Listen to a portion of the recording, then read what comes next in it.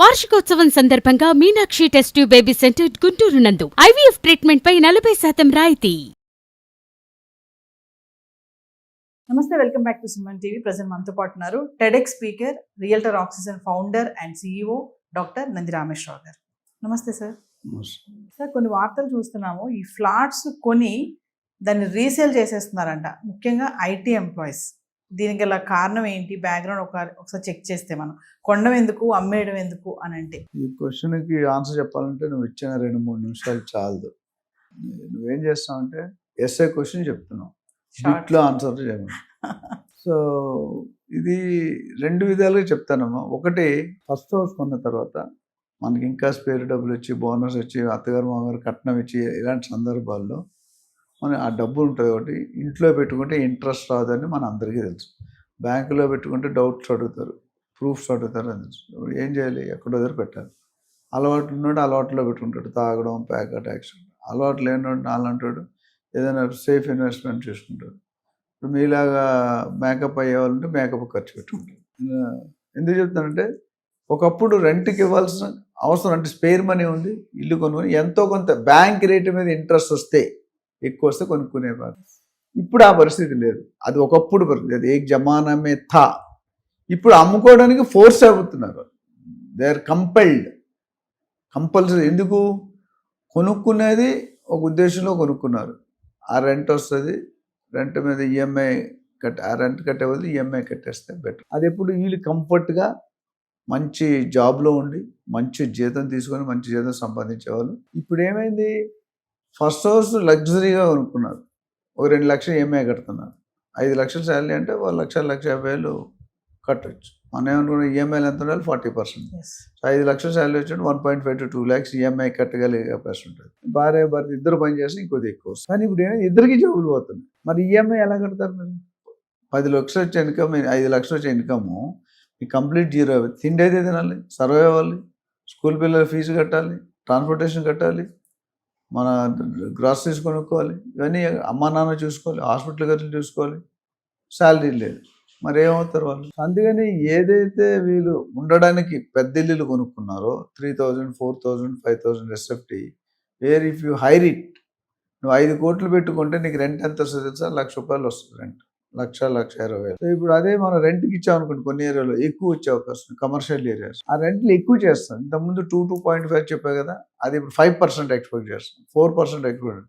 అంటే 5 కోట్లలో 4% అంటే 20 లక్షలు సంవత్సరానికి. 20 డివైడెడ్ బై 12, 1.6, 1.7. సో మనం ఉండేదానికంటే మనం ఉండే చిన్న ఇల్లు తీసుకుంటే మన రెంట్ 30-40 వేలు ఉంటుంది. ఆ పెద్దిల్ని రెంట్కి ఇచ్చేసి, జాబులు లేవు కాబట్టి, జాబ్ ఎప్పుడు పోతుందో తెలియదు, జాబ్ ఎప్పుడు వస్తుందో తెలియదు, జాబ్ ఎంతకాలం ఉంటుందో తెలియదు, ప్రమోషన్ వస్తుందా, ప్రమోషన్ ఆ ఏరియాలో ఉంటావో వేరు. కొంతమంది 2 ఇల్లుల్లో ఉంటారు, భార్య ఒక ఇంట్లో ఉంటుంది పిల్లలతో, భర్త ఇంకో ఇంట్లో ఉంటాడు. ఇలాంటి కండిషన్ అని ఇప్పుడు market conditions, geo political conditions, war situation, tariff situation, ఇవన్నీ చూసుకుంటే కనుక ఒక్కసారి ₹100 పెట్రోల్ అనేది 110-120 అయితే ఆ ఇంపాక్ట్ 20% ఉంటుంది. వీళ్ళు పెంచింది 10%, కానీ ఆ ఇంపాక్ట్ 100% ఉంటుంది. ఎందుకు? పెట్రోల్ పెరిగితే లారీ డీజిల్ అంటే కన్జంప్షన్ కాస్ట్ పెరుగుతుంది. ఆ కాస్ట్ పెరిగినప్పుడు ఆ రేట్లు ఎవరి మీద వేయాలి? పాలు ప్యాకెట్ దగ్గర నుండి, ఉల్లిపాయల దగ్గర నుండి, బియ్యం వరకు అన్నీ కూడా. హోటల్లో మీరు చూసుకుంటే రేట్స్ పెంచేశారు, సడన్గా పెంచారు. ఎందుకంటే నాకు వచ్చే కాస్ట్ ఎక్కువ అవుతుందమ్మా, నేను ఎక్కడుండో గుజరాత్ నుండి తెచ్చుకుంటున్నాను, లేదా ఇంకెక్కడో తెచ్చుకుంటాను, ఇక్కడ వచ్చేసరికి ట్రాన్స్పోర్టేషన్ కాస్ట్ పెరుగుతుంది కదా, బేసిక్ రేట్ పెరుగుతుంది, ట్యాక్స్ పెరుగుతుంది. ఆ రేట్ నేను ఫ్రీగా చేసి మూసేయాలి హోటల్.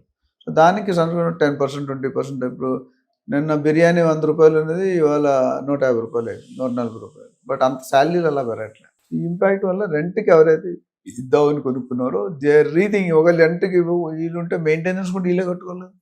10,000, 20,000 నార్మల్గా ఒకప్పుడు మెయింటెనెన్స్ ఒక 20 years పోతే ₹1,000, 500, 1,500 ఉంటుంది. 0 యాడ్ అయిపోయింది. 15-20 తక్కువ. మంచి కమ్యూనిటీలో ఉంటే maintenance cost two high.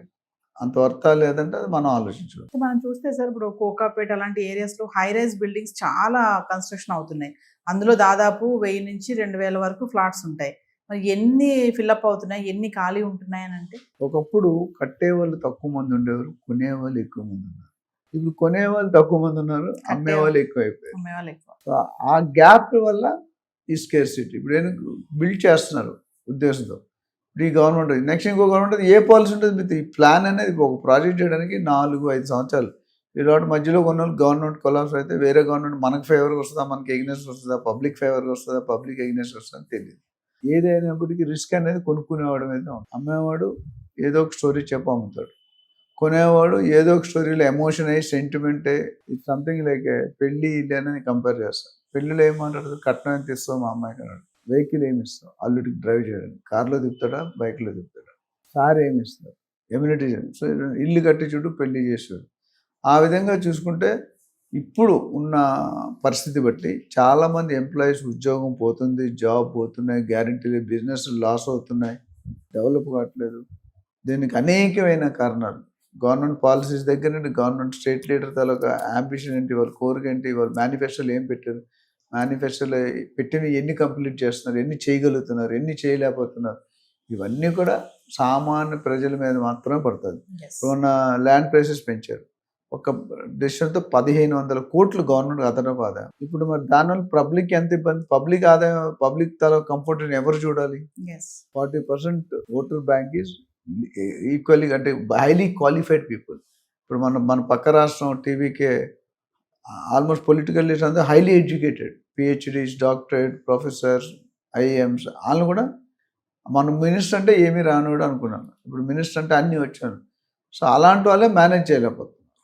So మన దగ్గర మేనేజ్ చేయడం చాలా కష్టం.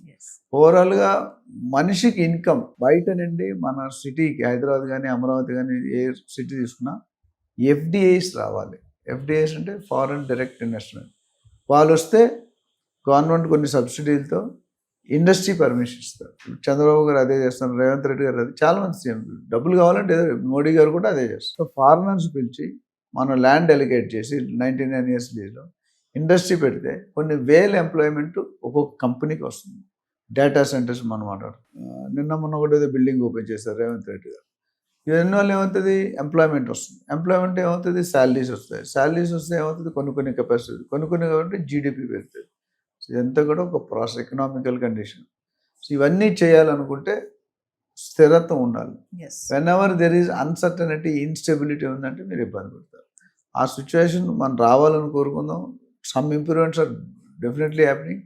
ఇంకా కొన్ని ఇంప్రూవ్ అవ్వడానికి కొన్ని థింగ్స్ ఐటమ్స్ ఇంప్రూవ్ అవ్వాల్సిన బాధ్యత ఉంది. ఎప్పుడైతే మనిషి కామన్ మ్యాన్కి స్టేబుల్ ఇన్కమ్ ఉంటుందో ఆ సిటీ కానీ ఆ రాష్ట్రం కానీ జీడిపి బాగుంటుంది. అది ఎరగాలంటే government has to support the industry has support employment. So buyer generate అవుతారు, కొనుక్కునే వాళ్ళు ఉంటే కొద్ది లావాదేవీలు ట్రేడింగ్ జరిగితే కొనడం అమ్మడం, మనీ జనరేట్ అవుతుంది. Thank you sir.